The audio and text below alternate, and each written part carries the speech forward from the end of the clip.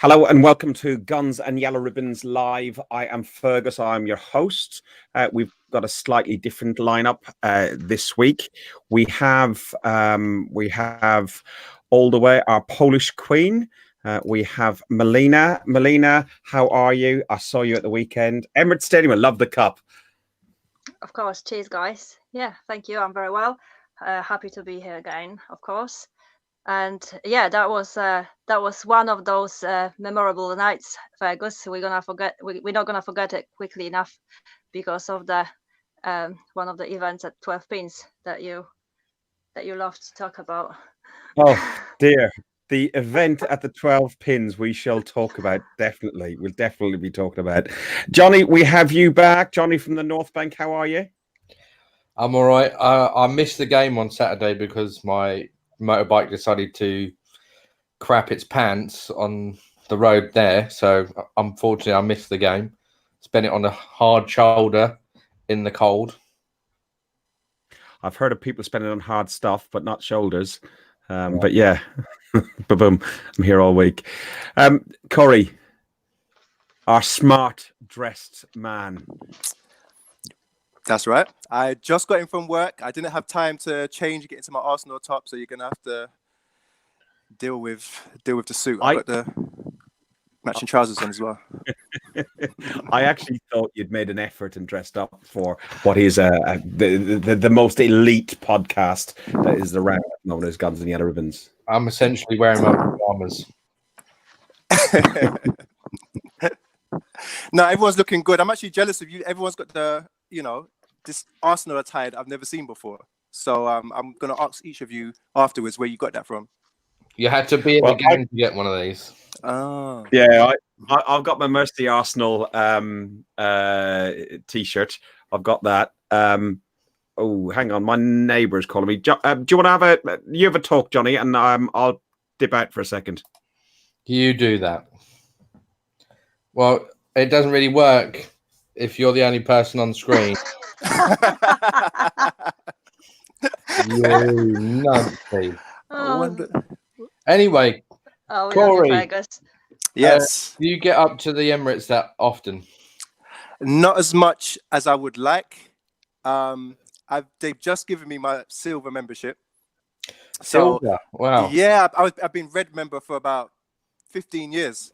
So just goes to show what the waiting list is like. Yeah, exactly. Yeah, exactly. So what I've been doing is just, when someone has a season ticket and they can't go, I'll take theirs, and if there's ever tickets left for red members, obviously doing it properly through the transfer system on the ticket. Yeah, of course, yeah, of course, yes, yeah, all above. Everything is legitimate. Yeah, all by the book. Apologies for that. My neighbour needed to ask me something and I got the cameras all mixed up. So yeah, Raul, Ricardo, very funny. Yes, I've made a mug of myself again, but that's fine. Listen, we're going to talk about the Sheffield United game. We're going to talk about Eddie Nketiah, and we're going to talk about Arteta. Cory brought up a very good topic, which is Arteta is 1 month. On Wednesday, he'll be 1 month in the job at Arsenal. So we're going to try and look back. I know we got the Chelsea game to come up on Tuesday, but try and look back and see what we thought of his first month. And we'll look ahead to that Chelsea game. We met in the, and we need to do the elephant in the room, Melina. We met in the 12 Pins beforehand, and we were standing there and having a talk. And I'll tell you what, it's not for, I have a very poor sense of smell, but somebody dropped the fart of all farts. Honestly, it was, and I wasn't even there. Fergus, that was the one that Harry Kane would love to claim.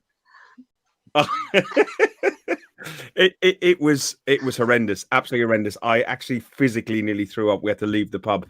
I still think it's Emma because she's vegan. And it had an awful lot of lentil in there.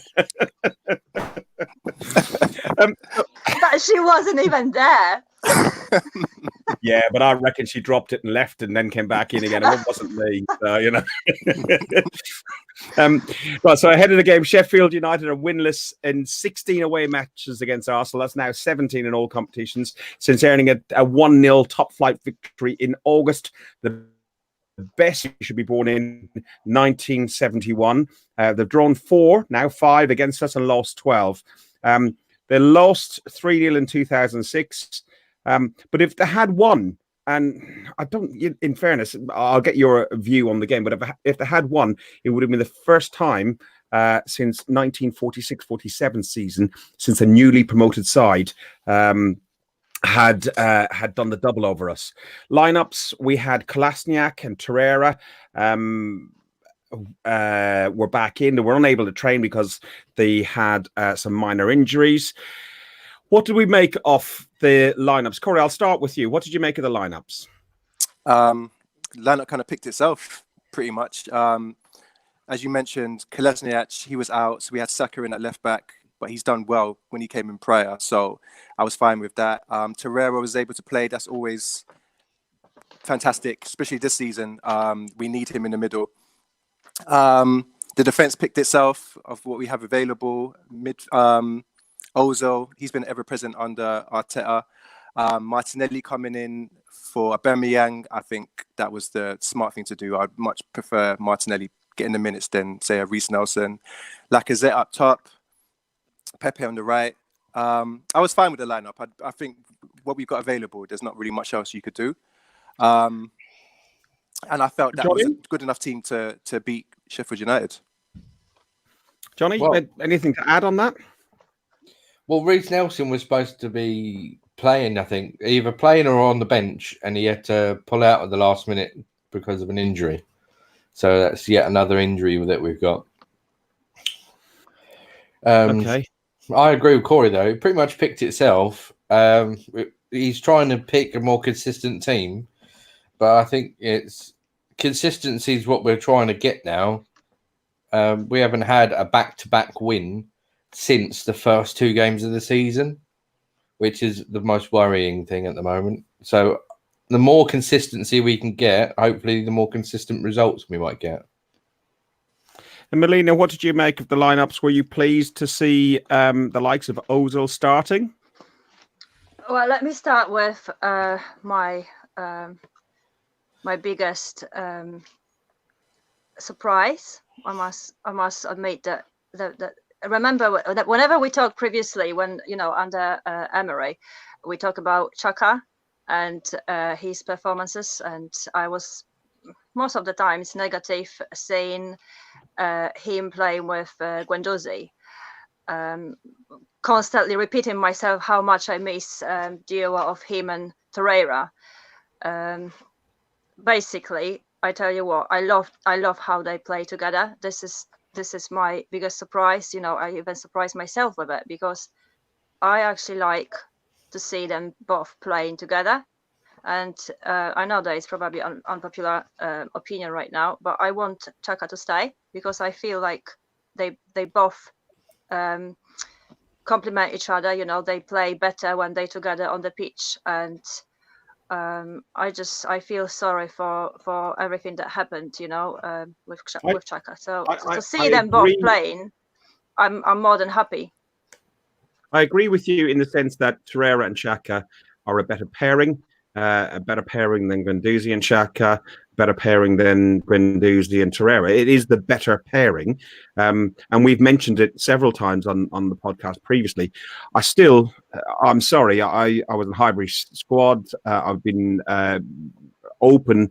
I don't like players getting booed, but his attitude and what he did, for me, I don't want to see the guy in an Arsenal shirt again. And I don't want to go over that again and again and again. But really good point. They are the better pairing, definitely, Melina. I mean, first, you can't really, when you say that you don't want to see him in our shirt again. I mean, but he's still there. So obviously, I'm going to support him as long as he's our player, and as long as he gives a good performance, which he's been doing recently. When finally Torreira has been on his natural position. then why would I be unhappy? You know, I want our players to do well, and I'm happy when they perform well. So as long as it carries on. I totally agree, and I will support an Arsenal player in an Arsenal shirt. I supported Sanchez when he was in the shirt previously. I support Ozil while he wears an Arsenal shirt. I don't sing a song, you know, and I don't need to applaud Xhaka off the pitch if he gets substituted or anything like that. I've an opinion that I don't think he should play for the club again. He shouldn't have been ever picked for the club again. He should have been out the door. Arteta likes him. He's got some qualities that work well, but I don't think he's a Premier League player. Half our squad are not Premier League players. But no, I do get what you mean, Melina. I do. Cory, a slow start. The question I put on here is, should we be coming out of the traps full blast and maybe, you know, getting 1-2 goals off early, were you happy the way we started? You always want to start fast and strong and quick and take control of the game early. It's not always possible. I think it's easy for fans who are sort of sat down in our seats, comfortable, saying that the players should do this and do that. But when you're out there, you know, running around, using up energy, you've got a team that are doing the same thing. It's not as straightforward as that. You have to pick your moments in games, I feel. You have to conserve your energy at times. You have to, you know, see how the game is going. Where's the flow? You know, is that other team tiring? Is now our time to sort of up the energy a bit and sort of take control of it. You have to read the game throughout the 90 minutes. You can't just be 100 miles per hour from start to finish. It's just not doable. So for me, I like what Arteta is doing in that he's trying to take control of the game, trying to make us the more dominant team, make us control the game. That doesn't always mean having to run harder and faster than the opposition. It could just mean just making sure we don't lose possession of the ball, pass it around, and pick our moments. So to answer your question, no, not necessarily. I just think we have to pick our moments and capitalize on the moments when they come. But did you not think, and Johnny, you can come in on this one as well, did you not think that, like, Sheffield came at us for the first 10 minutes, they had the last 10 minutes, which they equalised in, and they roughed us up a little. And if we came at them with a bit more purpose, and said, no, this is our, as the kids say, I'm down with the kids, this is our yard, and you know that they come along and said, like, you know, yeah, no, cringe, isn't it? Cringe.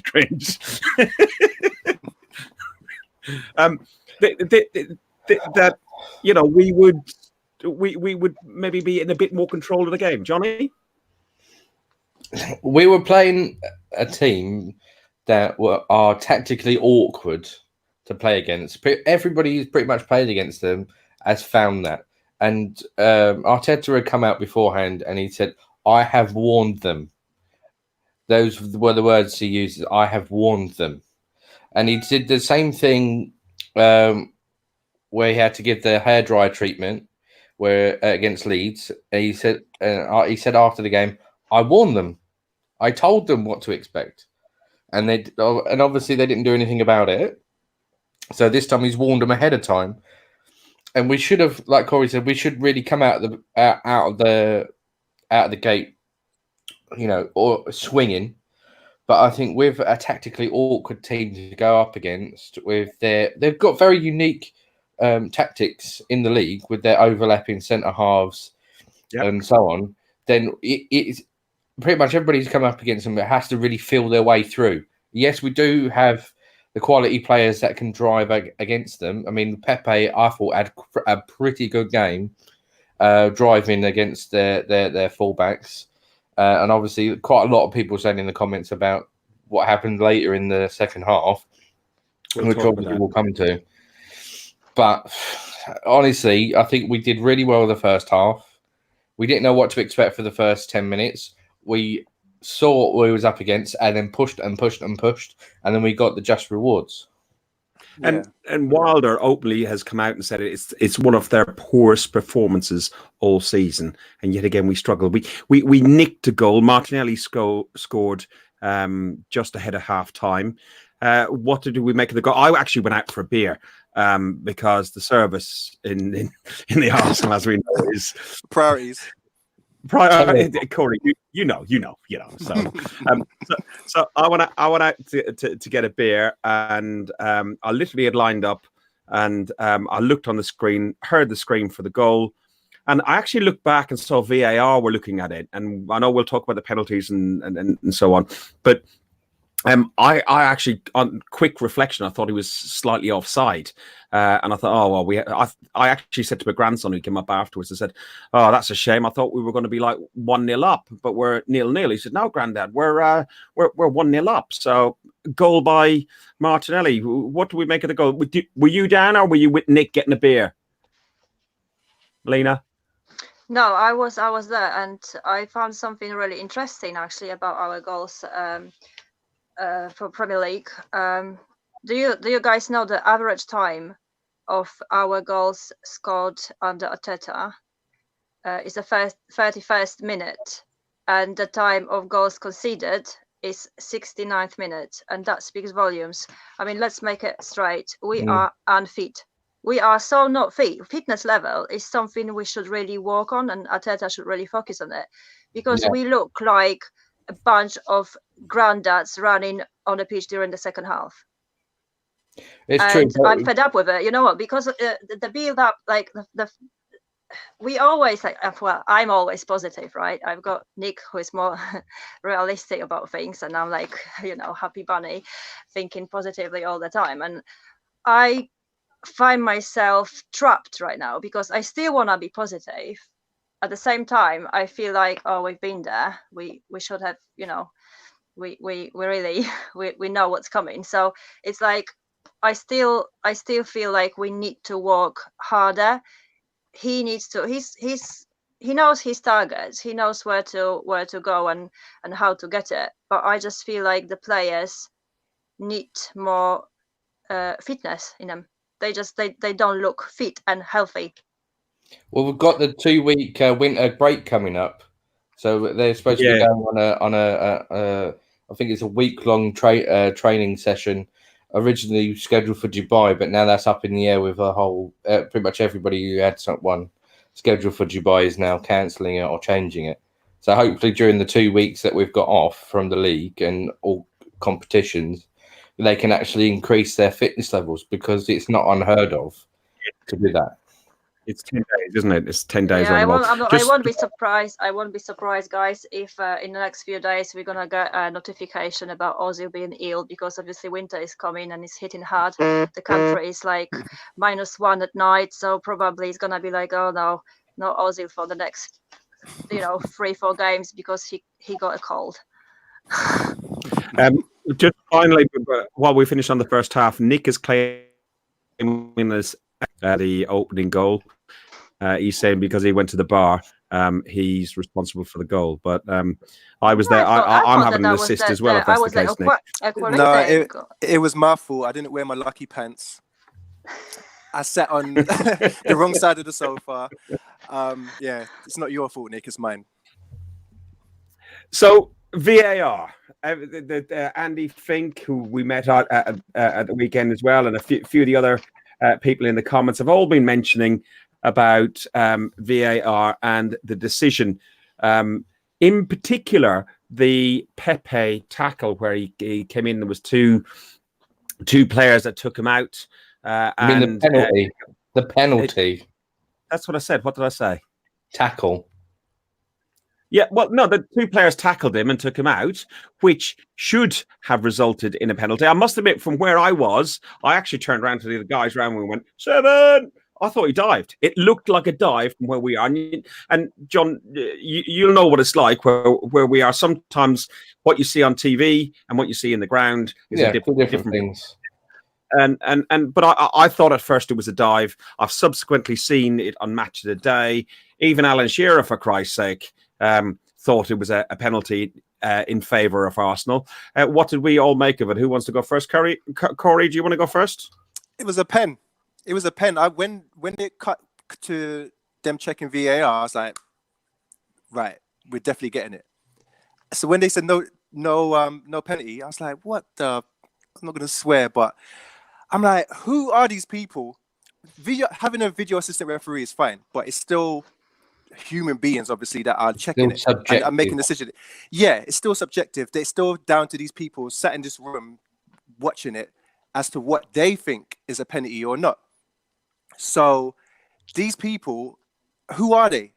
That's what I want to know. Are they They're referees themselves? They're referees. That's, yeah, and I think that was Atkinson. Atkinson was Martin Atkinson was the fourth official. Yeah, he was. And Mike Dean was on the. What I want to know is that it's the roster of Premier League referees are on a rotation. So sometimes they'll be refereeing games, and when they're not refereeing games, they'll be in Stockley Park. If they're not in Stockley Park, then they're rested. But pretty much with the increased demand and low numbers of top level referees, that most of the time they're at Stockley Park if they're not on the pitch. Okay. You know, guys, what's the worst? But they're one at a time. No, they're calling it wrong, like time and time again. You know, consistency. Yeah, and is it one person's? I know. When they shown footage, there's been a few people. Do they get like 3 different opinions and go with the majority, or is it just one person making a decision? If they had enough people, then they would. They should have specialised VARs, the specialised video assistant referees. That's all they do. But they need to be experienced referees that can no longer be referees. That is the opinion that most people have now. But we're seeing that it is evolving through the season, because they were trialing it last year in the background. But now that it's actually being used in high-profile games at a higher volume of cross-section of data they've got now, they're changing the way that we're using it, because it is a tool at the end of the day. I know some of them are tools, but the actual video assistant part of it is a tool. So, and what happened in the World Cup? Sorry, when the referee would go over to the screen and make the call. That's what happened to that? It's a Premier League thing, because they've told them not to use it. But now, since the Aubameyang red card / Robertson non-red card, which some people felt was pretty much the same kind of tackle, and because of that subjection, now they're saying for red card offences, they are to go over to the screen, which we did see this weekend, and we did see a yellow card get turned into a red card. So we're seeing the evolution of VAR. Everybody's going to complain about it. People were saying last year, it's going to take all of the discussion out of the game. It's going to kill this. It's going to kill that. It has, I think, killed that initial surge of adrenaline that you get when you feel like you've scored and you can celebrate and so on. In the ground, it kills a little bit of that, but you still got the same amount of discussion, still same amount of talking about stuff in the pub. We've still got stuff to argue over it with our mates of other clubs or with fellow fans, or like we said about Pepe, we fought in the ground, or you guys fought in the ground, either it was a pen or it wasn't. And there's people who were watching it in slow motion repeatedly. We're still unsure whether it was a pen or whether it was a dive. It's still down to subjection and the actual human element.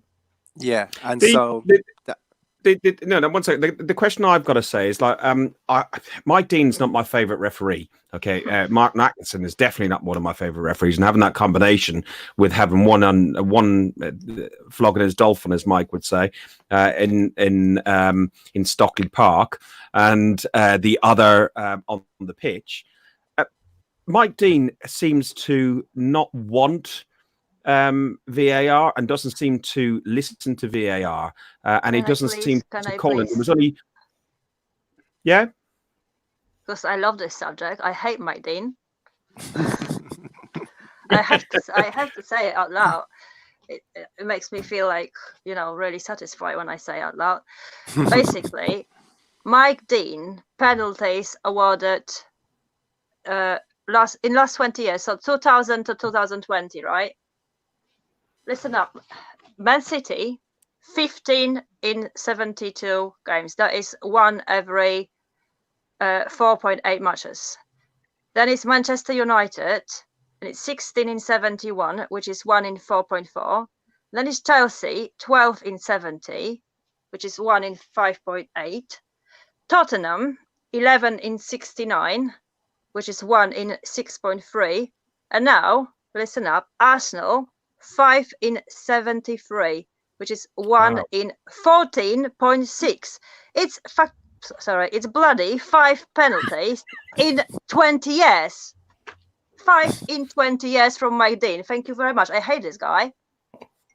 With good That's reason. all I wanted to say. At least you got your stats. I just can't stand this guy. I love my stats. I love when Melina comes on because she's got notes. Yeah, that's good. I love it. I don't even read the statistician. Right, I was telling that to Nick. I came back from work. I didn't even look up the topics. I was like, bloody hell, I'm not even prepared. And I was like, oh no, actually, we're gonna talk about Mike Dean. So I love my stats about this. So.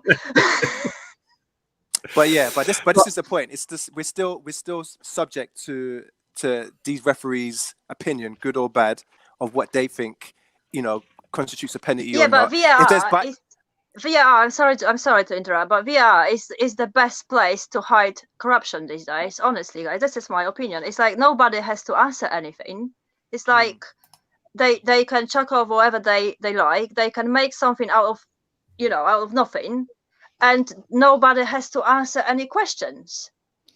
I think with VAR, what we're forgetting is that they're actually reducing the amount of things that can be subjective. You look at the offsides, you're either offside or you're not. It's like with the goal line technology, it's either over the line or it's not. And thankfully, this weekend, it was 1 millimetre, not quite over the line for Tottenham not getting an equaliser. Well, that's goal line technology. That's completely different. But it's still using the tech. It's no. For the things that are black and white. But the game that we love is not black and white. It is full of grey areas, full of subjection, full of passionate areas that we can't say whether it's A or B. There are bits in between. So stuff like whether or not someone dived or whether it was a penalty, it is subjective. Whether or not it hit someone on the hand or on the arm, it either hit him or it didn't. In terms of intent, that is subjective. Yeah. So basically, all that's happening is that they get to have another look at it, but still, their view is subjective, and they can still be right or wrong about it, and that's it. Time wasted. So listen, VAR. We could go on hours and hours and hours about. I actually like the technology. And I think that it's not necessarily VAR that's the problem.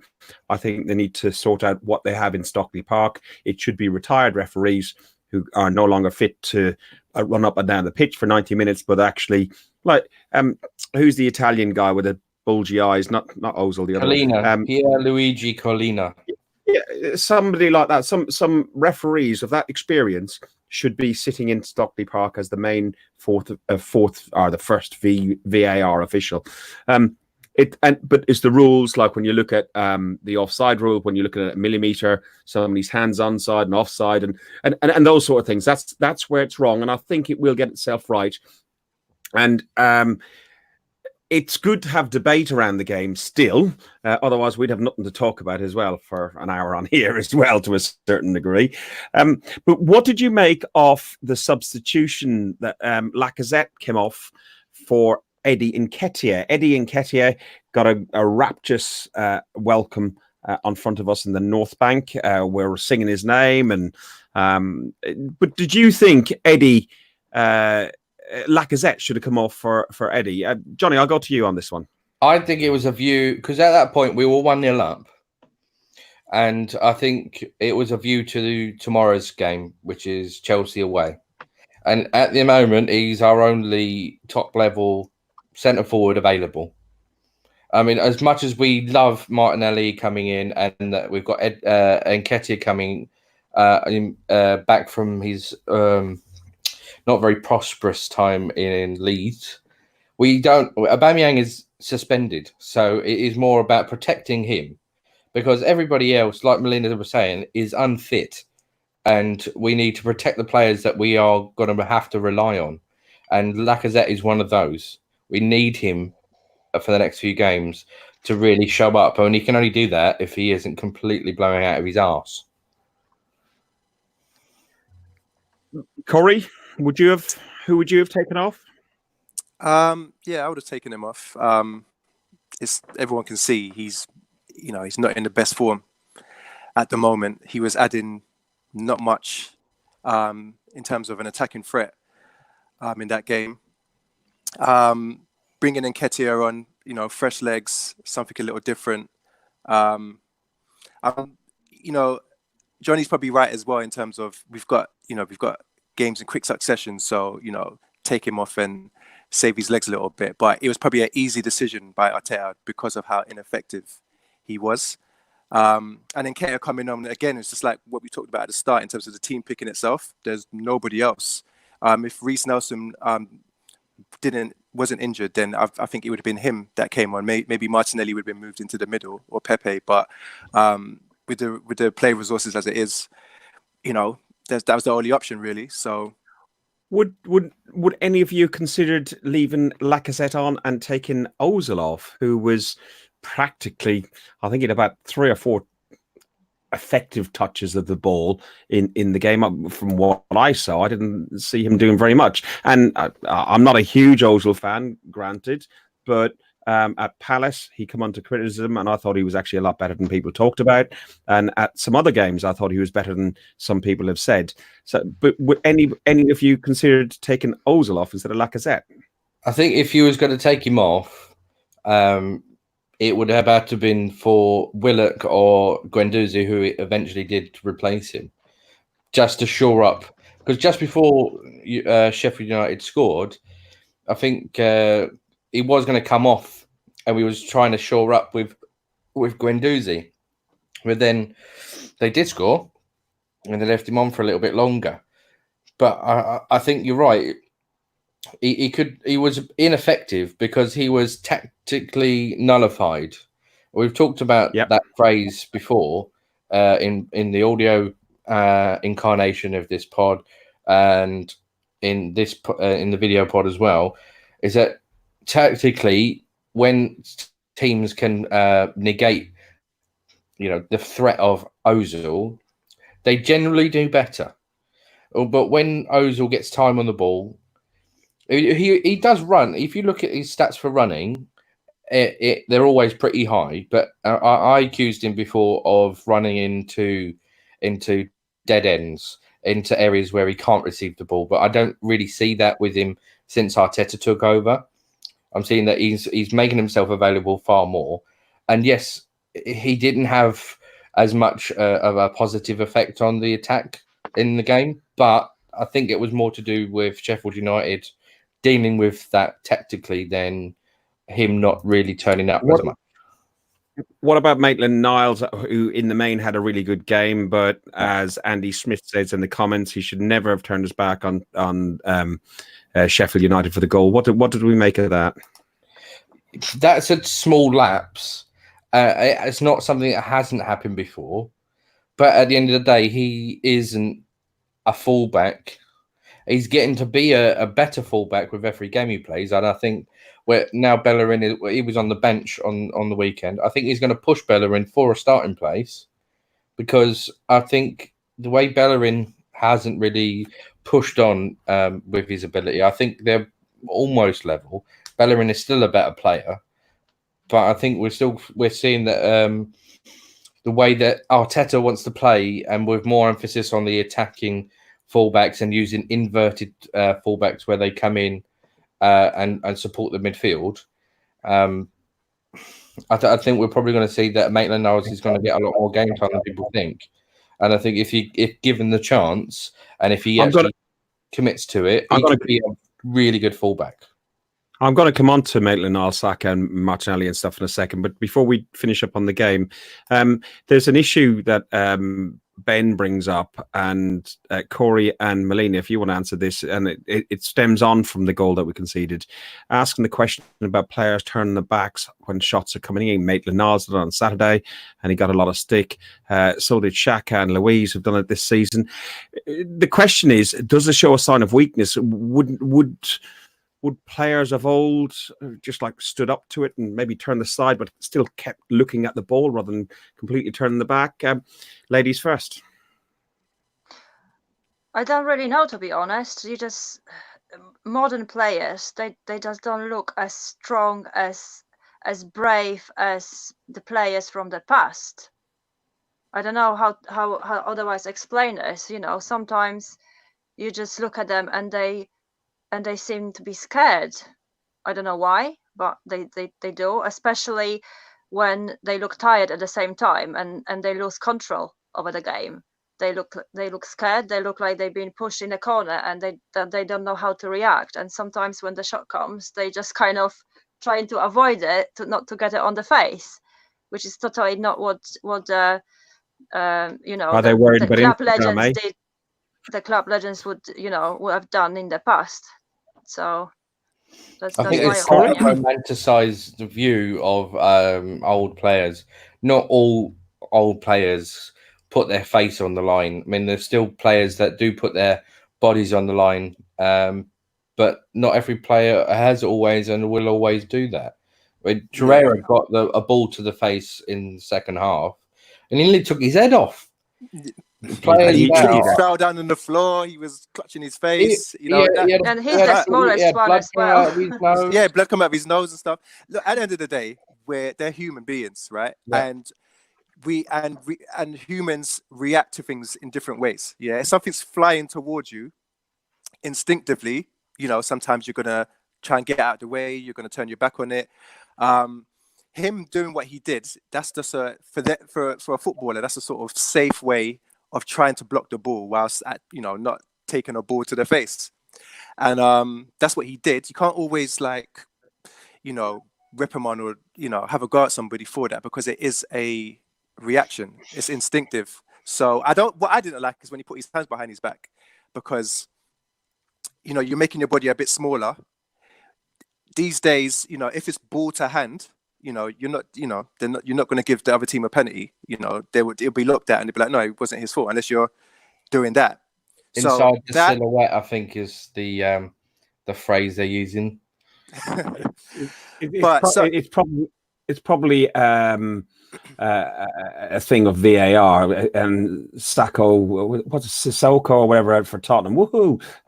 In Champions League final, it came from having his arms out and stuff like that. Don't put your arms out like that. But at the same time, don't do that either. I think just try and make yourself as big as possible without trying to handball it, and do it that way. But don't make yourself small and then turn your back and expect to block the shot. So that's a problem that I had with him. But I don't necessarily expect him to put his face in the way to block the shot. Yeah, not everybody's as stupid as John Terry. and yeah, another one who he got. Melina, you would have seen this actually. He got he looked like he got hit in the face, but he didn't. It was Martinelli, a player who I really, really like, but he was down our end at the North Bank, and he just come off the edge of the pitch and went down holding his face, and looked like he was playing for time. We're 1-0 up. And then David Luiz came and shook him off. David Luiz. I love this. He just picked him up. It's like, put him back on the pitch, and I wonder what he said to him. I guess that wasn't anything nice. Probably some harsh words like, don't be a don't be a bitch. Yeah, it's like, hey, we're Brazilian. Like, you're representing the country. Like, don't be a bitch. Sorry, excuse my language, but that's probably what he did say to him. Yeah, we don't do that. We don't play that. Like, get up. Yeah, so that was very not unless he's got the same hair as Louise and plays in the middle of the park. Then you can roll around on the floor you like. Yeah, I just think it was like, it's an older Brazilian to a younger Brazilian. He's probably like a bit of a mentor to him at the club, looking after him. It's just him being a bit big brotherish, and just like you would with your little brother. If he did something that you thought was a little bit pansy, you would tell him about it. So that's what I think that was about. The question, the sort of one of the questions we had in our chat group, it was about Ozil and Lacazette. They're Lacazette less so for me, but he's just having a poor run at the moment and just can't score for love nor money on the pitch. That is. and Ozil is hit and miss.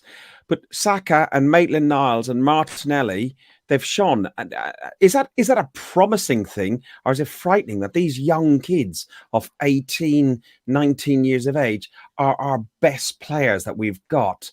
And we've got very little, we've got a few like David Luiz, and we've got a few other like almost has-been players to fill the gaps. Cory, you come in on this one, and can you do it without ventriloquism via Johnny? Do you know what? I think I know it's been a while for you, Fergus, but if you think back to when you were a teenager, Cool, that's a long time. Yeah, but if you think back, young people are a lot less self-aware. As you get older, you become more self-aware. You think about things a bit more, and you dwell on them a bit more and whatnot. But when you're young, you don't care. You're just young. You're having fun. You're enjoying everything.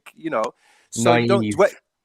Yeah, you're a bit naive. Yeah. So, and that naivety in young players is often a good thing, because they're not they whatever is going on around them, they're not that bothered. They're not. It doesn't really get to them. So therefore, their form is not as effective. They just want to go out there, play their football, have fun, enjoy, and and take the opportunities when they come.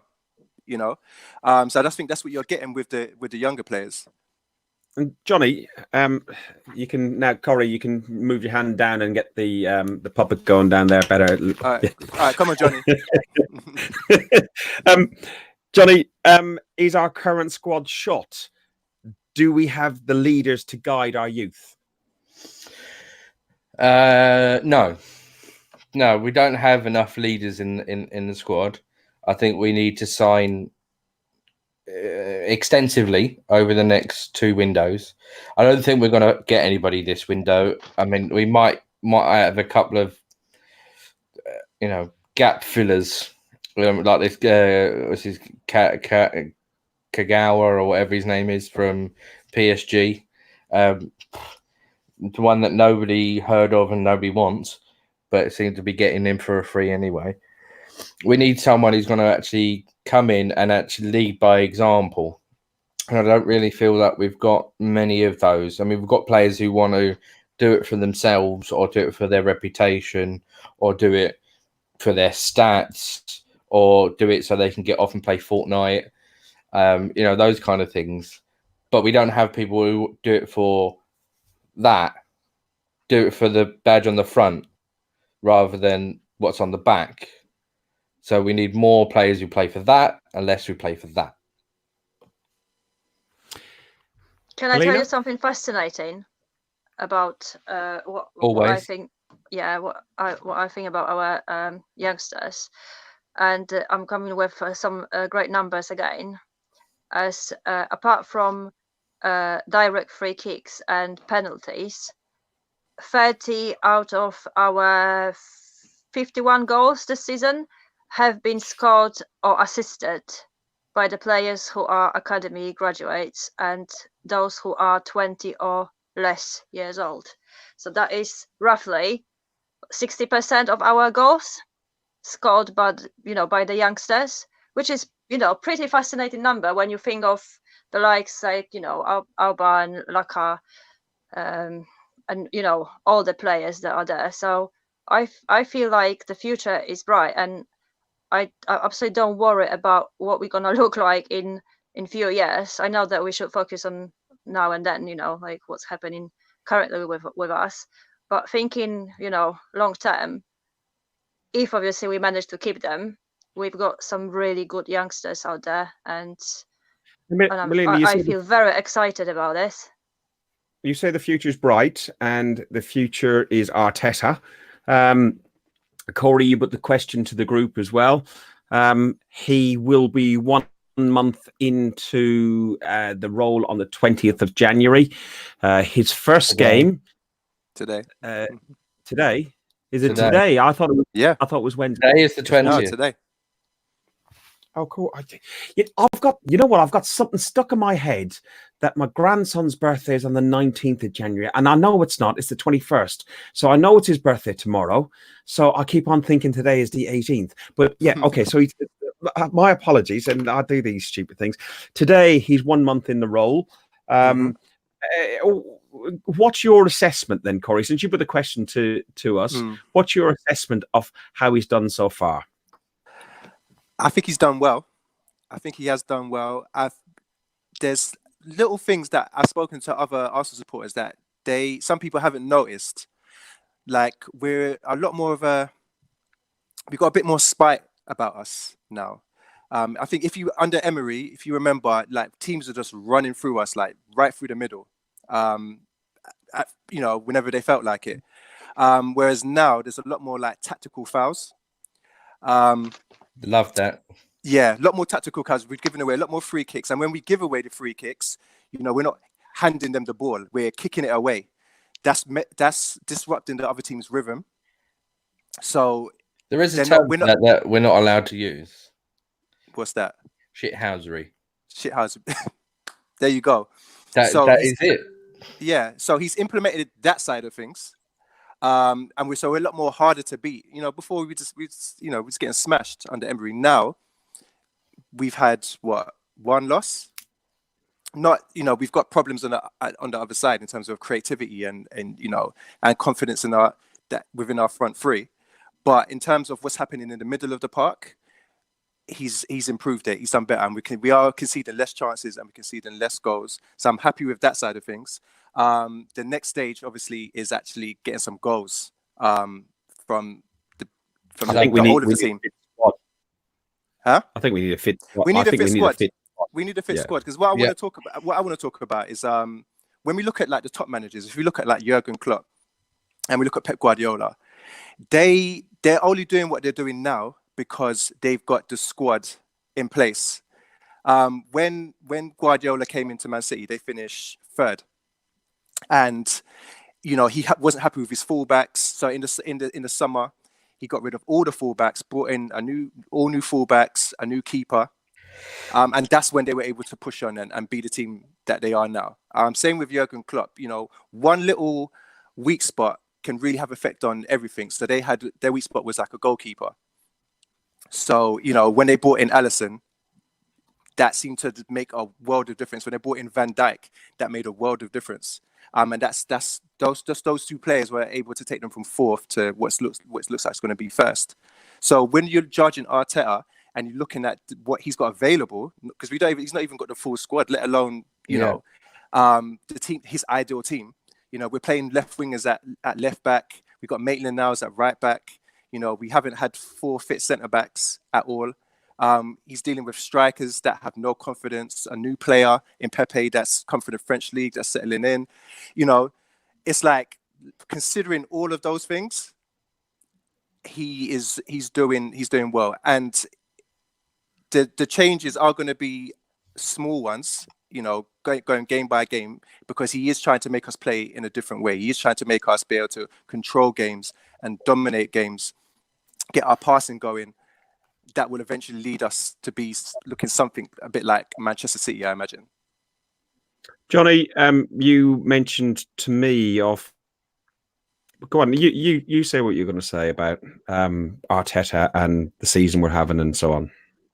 I think it's we're at a point now where we're all pretty much thinking the same kind of thing. At the beginning of last season, we had the first 2 games against Chelsea and Man City. And I said on the audio pod, it's basically an extension of the preseason. Our season starts after those 2 games.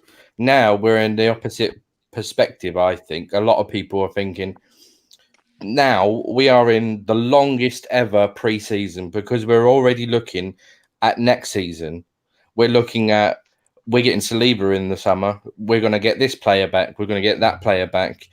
And our strikers are going to get more confidence or this, that, and the other. And we can do the changes and they can get used to the way we play. So right now we're in the longest ever preseason until we can really hit the ground running 2021 season, which is a depressing idea. But also on the flip side, if you accept that we're not going to get top 6, it's unlikely that we'll get top 6, but there's no chance of getting top 4. Then you have to basically think, if we can get the team playing the way Arteta wants, and we can get the 1 or 2 additions that he feels he needs, and get the players that we do have playing the way he wants, and getting them all fit, which does take some time. They haven't had a proper pre-season in the way that he wants. So I think really you looking forward to next season, because this season is already a write-off in terms of the league. So if you were to give Arteta, after his first month, a grading or a score out of 10, what would you give him? Personally, I think with what he's got, he gets an 8.95, just short of a 9. But there's always room for improvement. You don't make this easy for me ever, do you? Melina, what's your score out of 10 then? Before I tell you my score, I just want to say something very important that none of you mentioned at all yet.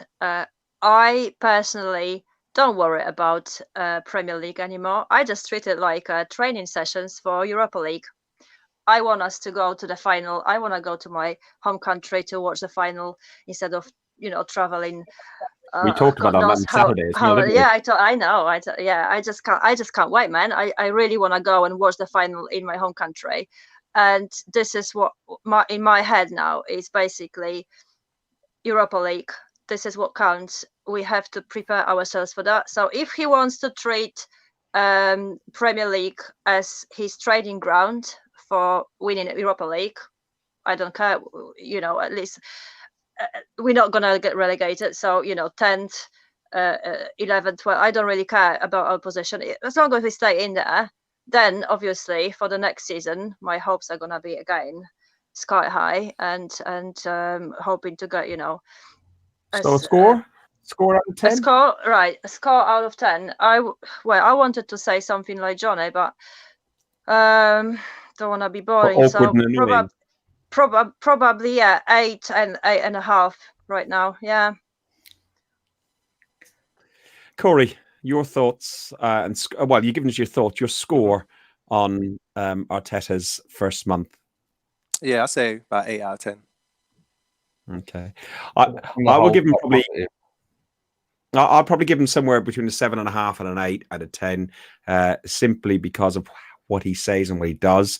The performance from the teams have been okay. The thing that I took out of the Sheffield United game was we played for 70 minutes rather than we only played for 35 minutes against Palace. We played for 45 minutes against Chelsea, 45 minutes against Man United. So I saw some improvement. And if I can see that continued improvement, my score will go up.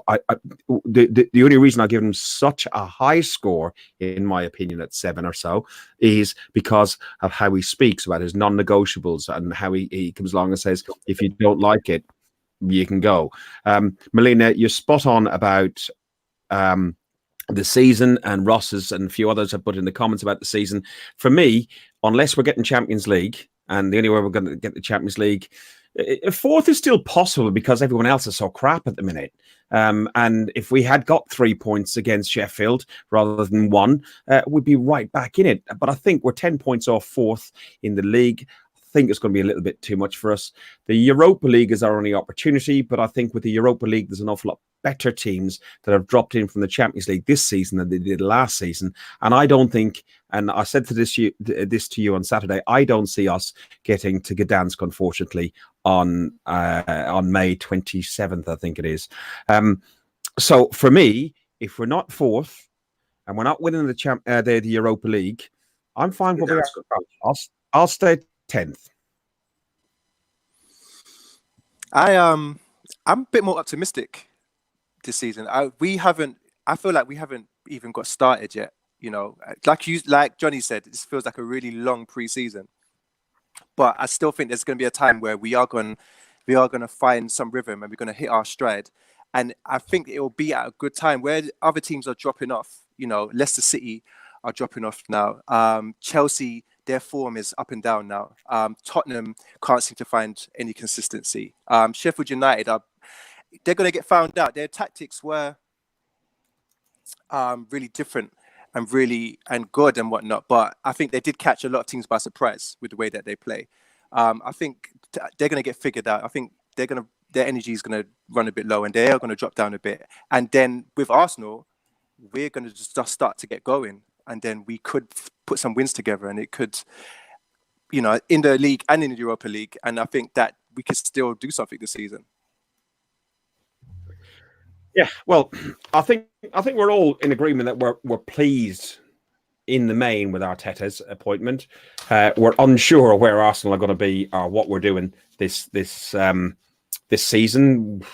I think it's hard to call the league. The only thing you can say about the league is, unfortunately, the Scousers look like they're going to walk it. I just want them to get beaten by a tiddlywink team or anybody, so we can hang on to the one little bit of thing that we've got at the moment is the undefeated season. I know some people say it's a bit pathetic, but when we're having a poor season, the last thing we want to do is get salt rubbed in our wounds and make us feel even crappier. We got Chelsea tomorrow evening. We've only got a few minutes left on this. The Arsenal women's team lost 4-0 in the Women's Super League. 4-1 to Chelsea. I've predicted a 2-1 victory against Chelsea at the Bridge, because I think Chelsea at the Bridge are actually, you're able to get at them. They've just been beaten on the late kickoff by Newcastle in the 94th minute. How good was that? It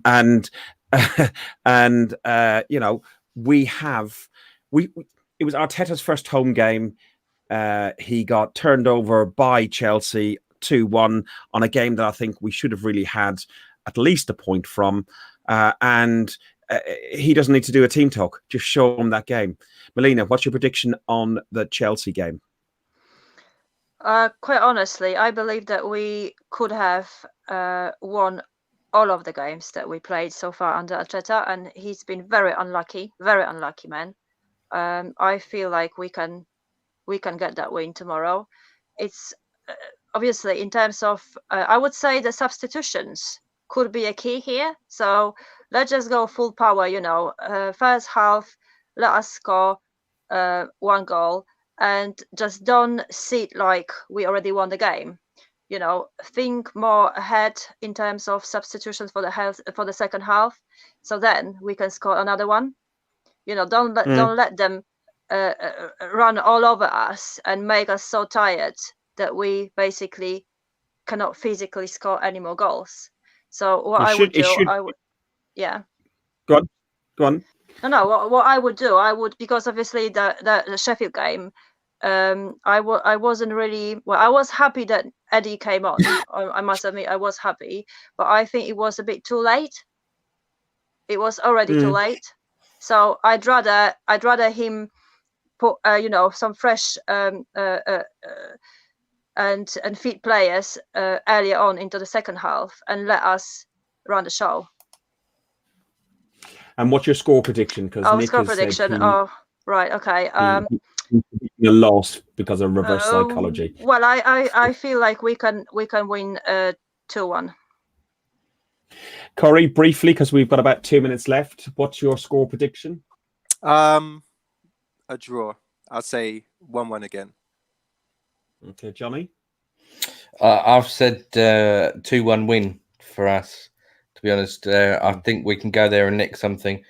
I think we're a little bit further ahead than we were then, and a little bit fitter, a little bit more cohesive. I think we've got a point to prove. Chelsea have dropped plenty of points. Man United have dropped points. The game is huge for us. We're only 2 points behind Spurs.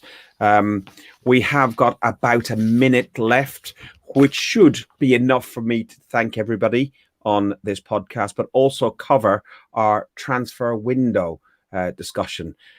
Nothing's happening. Nothing's happening. Done. Good night. It's just like, yeah. But you know what? Part of me, again, going back to what we're talking about, like long preseason, the Arteta, and writing the season off to a certain degree. I said it to you, Melina and Nick, in the pub on Saturday. I said, nobody in, nobody out. Yeah, if you want to do the Mustafis or some of the loan players for the youth stuff, yeah, fine. But to be honest, I'd probably keep him because he had a good game at the weekend. But nobody in, nobody out. Everybody's under assessment right now. And then we start again in the summer and we'd clear the decks of who we need to, bring in who we not want to. And we know where we are as well. So this God, who was going to say something? Were you going to say something, Johnny?